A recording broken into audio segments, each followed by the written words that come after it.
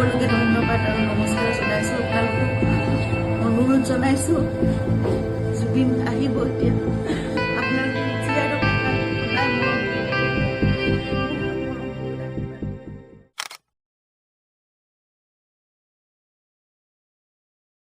Singer Zubin Garg की संदिग्ध मौत के मामले में जांच हुई तेज। म्यूजिशियन शेखर ज्योति को पूछताछ के बाद किया गिरफ्तार।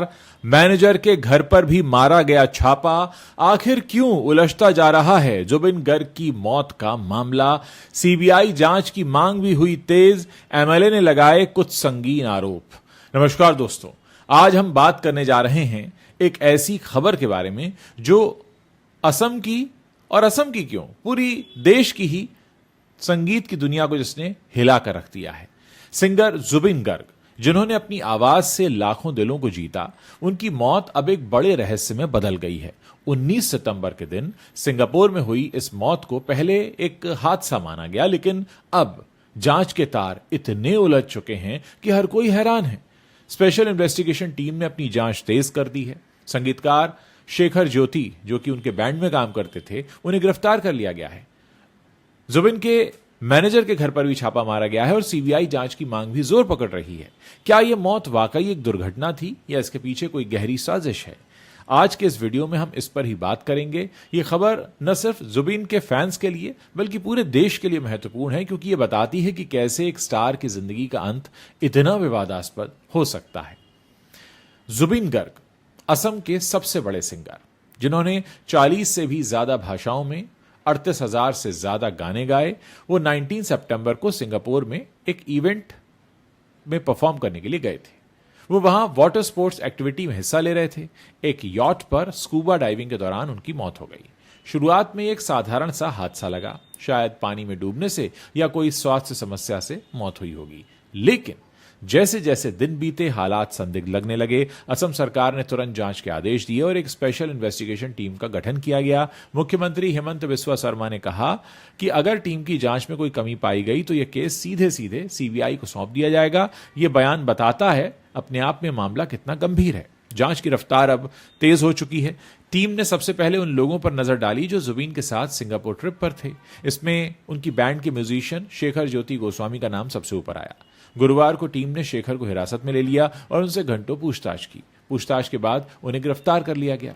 शेखर न सिर्फ जुबिन के बैंड में काम करते थे बल्कि वो ट्रिप पर भी उनके साथ थे। क्या शेखर को कुछ ऐसा पता था जो मौत के रहस्य को सुलझा सकता है, या फिर वो खुद किसी साजिश का हिस्सा थे? अभी ये साफ नहीं हुआ है, लेकिन उनकी गिरफ्तारी ने पूरे मामले को एक नया मोड़ दे दिया है। इसके साथ ही जांच टीम ने जुबिन के मैनेजर सिद्धार्थ शर्मा के घर पर भी छापा मारा। सिद्धार्थ धीरेनपारा और गीतानगर में रहते हैं। ये जो टीम है छापे वाली, वो दोनों जगहों पर पहुंची, लेकिन छापेमारी के दौरान सिद्धार्थ घर पर नहीं थे। रिपोर्ट्स के मुताबिक जब टीम सिद्धार्थ के घर पहुंची तो वहां भारी भीड़ जमा हो गई। लोग इतने गुस्से में थे कि उन्होंने पुलिस की जीप पर पथराव कर दिया। इस उपद्रव में 2 लोगों को बाद में हिरासत में लिया गया, जिन पर पुलिस को रोकने और हिंसा भड़काने के आरोप लगे। ये घटना बताती है कि जुबिन की मौत ने असम के लोगों के दिलों में कितना गहरा असर छोड़ा है। फैंस और स्थानीय लोग जांच को अपना समर्थन दे रहे हैं, लेकिन साथ ही वो चाहते हैं कि सच्चाई जल्द ही सामने आए। अब बात करते हैं इवेंट ऑर्गेनाइजर की। जुबिन सिंगापुर एक इवेंट को ऑर्गेनाइज किया गया था और उसमें वो परफॉर्म करने गए थे, जिसके ऑर्गेनाइजर शानकनु महंत थे।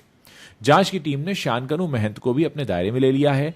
क्या इवेंट में कोई लापरवाही हुई या फिर यॉट पर स्कूबा डाइविंग की एक्टिविटी में कोई गड़बड़ी थी? ये सवाल अभी बरकरार है। टीम ने ऑर्गेनाइजर के घर पर भी छापा मारा, लेकिन वो भी वहां नहीं मिला। फिलहाल ये साफ नहीं है कि इन सभी को किन धाराओं के तहत जांच में शामिल किया गया है। क्या हत्या की धारा लगी है, या लापरवाही की, या फिर किसी अन्य अपराध की? जांच के सुराग क्या हैं, ये भी अभी गोपनीय है, लेकिन इतना तय है कि यह मामला उलझता जा रहा है। इस बीच राजनीति भी इसमें घुस चुकी है। असम के एक एमएलए ने संगीन आरोप लगाए हैं। उन्होंने कहा कि मौत के पीछे कोई बड़ी साजिश हो सकती है और इसीलिए सीबीआई जांच की मांग की जा रही है। असम में विपक्षी दलों ने साजिश का शक जताते हुए सीबीआई जांच की मांग की है।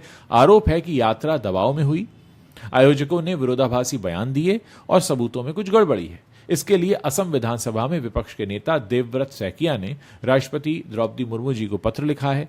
इन विधायक का कहना है कि स्पेशल टीम राज्य सरकार के दबाव में काम कर रही है और सच्चाई हो सकता है कि छिपाई जा रही हो। अब ये आरोप कितने सही हैं ये तो जांच ही बताएगी, लेकिन इससे माहौल और गर्म हो गया है। फैंस और परिवार के सदस्य भी सीबीआई की मांग कर रहे हैं। जुबिन की पत्नी गरिमा ने एक वीडियो जारी किया है जिसमें उन्होंने कहा कि मौत दिल का दौरा पड़ने से हुई है। उन्होंने साफ कहा कि इसमें कोई साजिश नहीं है और मैनेजर सिद्धार्थ के खिलाफ जो दर्ज शिकायत है उसको रद्द किया जाए। गरिमा का यह बयान जांच को एक नया आयाम देता है। क्या परिवार सच्चाई जानता है या फिर वो भी दबाव में है? ये सवाल भी हर किसी के मन में है। अब चलिए जुबिन की मौत की पूरी टाइमलाइन पर एक नजर डालते हैं। 19 सितंबर को सिंगापुर में जुबिन की मौत होती है। पार्थिव शरीर पहले सिंगापुर से दिल्ली आता है, फिर दिल्ली से गुवाहाटी। यहां पोस्टमार्टम किया जाता है, जो सिंगापुर के पोस्टमार्टम के बाद दूसरा पोस्टमार्टम था। 23 सितंबर को पूर्ण राजकीय सम्मान के साथ उनका अंतिम संस्कार किया गया। अंतिम यात्रा में इतनी बड़ी भीड़ उमड़ी कि इसे भारत का चौथा सबसे बड़ा अंतिम संस्कार घोषित कर दिया गया। लोग सड़कों पर थे, आंसू बहा रहे थे, उनके गाने गा रहे थे। ये दृश्य बताता है कि जुबिन कितने पॉपुलर थे। उनका जन्म 18 नवंबर 1972 को असम के तिनसुकिया जिले में हुआ था। वो सिर्फ गायक ही नहीं बल्कि संगीतकार, गीतकार, अभिनेता और निर्देशक भी थे। असमिया और हिंदी फिल्मों में उनका योगदान काफी रहा। इसके अलावा उन्होंने कई अन्य भाषाओं और बोलियों में गाने गाए। असम के हाईएस्ट पेड सिंगर होने का रिकॉर्ड भी उनके नाम था। उनकी मौत ने संगीत जगत में खालीपन छोड़ दिया है। लेकिन सवाल यह है कि मौत क्यों हुई? स्कूबा डाइविंग के दौरान बिना लाइफ जैकेट के जाना, क्या यह लापरवाही थी या फिर जानबूझकर किया गया? सिंगापुर में पोस्टमार्टम रिपोर्ट क्या कहती है, यह भी एक सवाल है। गुवाहाटी में दोबारा पोस्टमार्टम क्यों कराया गया? यह सब जांच के केंद्र में है। मुख्यमंत्री ने जांच के आदेश दिए और दिन रात टीम वो काम कर रही है, लेकिन उलझन बढ़ती जा रही है। शेखर की गिरफ्तारी से क्या निकलेगा? मैनेजर और ऑर्गेनाइजर कहां गायब हैं? क्या वो फरार हो चुके हैं या छिपे हुए हैं? फैंस कहते हैं कि जुबिन जैसे स्टार की मौत को हादसा कहकर टाला नहीं जा सकता। परिवार का पक्ष जो है वो अलग है। पत्नी कहती है कि दिल का दौरा पड़ा, कोई साजिश नहीं हुई। लेकिन जांच टीम को क्या मिला, ये भी एक अहम बात है। छापेमारी में क्या सबूत मिले, ये जानना भी जरूरी है। अब सोचिए जुबिन की जिंदगी कितनी रंगीन थी। तिनसुकिया से शुरू होकर वो असम के आइकॉन बने। उनके गाने हर घर में गूंजते थे। वो सिर्फ एंटरटेनर नहीं थे बल्कि असम की संस्कृति के प्रतीक थे। उनकी मौत ने सवाल खड़े कर दिए हैं। सुरक्षा के नियमों का पालन क्यों नहीं हुआ? यॉट पर एग्जैक्टली क्या हुआ था? ट्रिप में कौन कौन था? जांच में इन सब बातों पर फोकस रहेगा। मुख्यमंत्री हिमंता बिस्वा शर्मा का बयान महत्वपूर्ण है। उन्होंने कहा कि अगर टीम सही से जांच नहीं कर पाती है तो हम सीबीआई को ये केस ट्रांसफर कर देंगे। यह दिखाता है कि सरकार गंभीर है। लेकिन विधायक कहते हैं कि संगीन आरोप है, शायद पैसे का लेन देन या कोई बड़ी दुश्मनी हो सकती है। बिना सबूत के कुछ कहा नहीं जा सकता। फिलहाल जांच चल रही है। इस कहानी में कभी कुछ और चीजें भी जुड़ती हुई लग सकती हैं। कई सारे चैप्टर्स बाकी हैं। शेखर से पूछताछ में क्या निकलेगा? मैनेजर सामने आएंगे तो उनसे क्या बात कही जाएगी? सीबीआई आएगी या नहीं? लेकिन एक बात साफ है, जुबिन गर्ग की मौत अब सिर्फ एक मौत नहीं बल्कि एक राष्ट्रीय मुद्दा बन चुकी है। सुशांत सिंह राजपूत और श्रीदेवी के मौत की गुत्थी अब भी अनसुलझी है। देखना होगा कि एसआईटी जुबिन गर्ग के मर्डर मिस्ट्री को कैसे सुलझाती है। और इस सब के बीच मुझे याद आ रहा है संगीतकार अनु मलिक का वो बयान जिसमें उन्होंने कहा कि अक्सर जुबिन गर्ग बेहोश हो रहे थे और ये देखकर उन्होंने कहा था जुबिन से कि जाओ अपना चेकअप कराओ। और ये कई साल पुरानी बात है। तो क्या जुबिन गर्ग को कोई बीमारी थी? क्या परिवार इस पर कुछ बोलेगा? ऐसी तमाम चीजें, क्योंकि खुद अनु मलिक ने सामने आकर इस बात को कहा है कि वो कई बार बेहोश हो रहे थे और मैंने उनसे कहा कि तुम अपना चेकअप कराओ।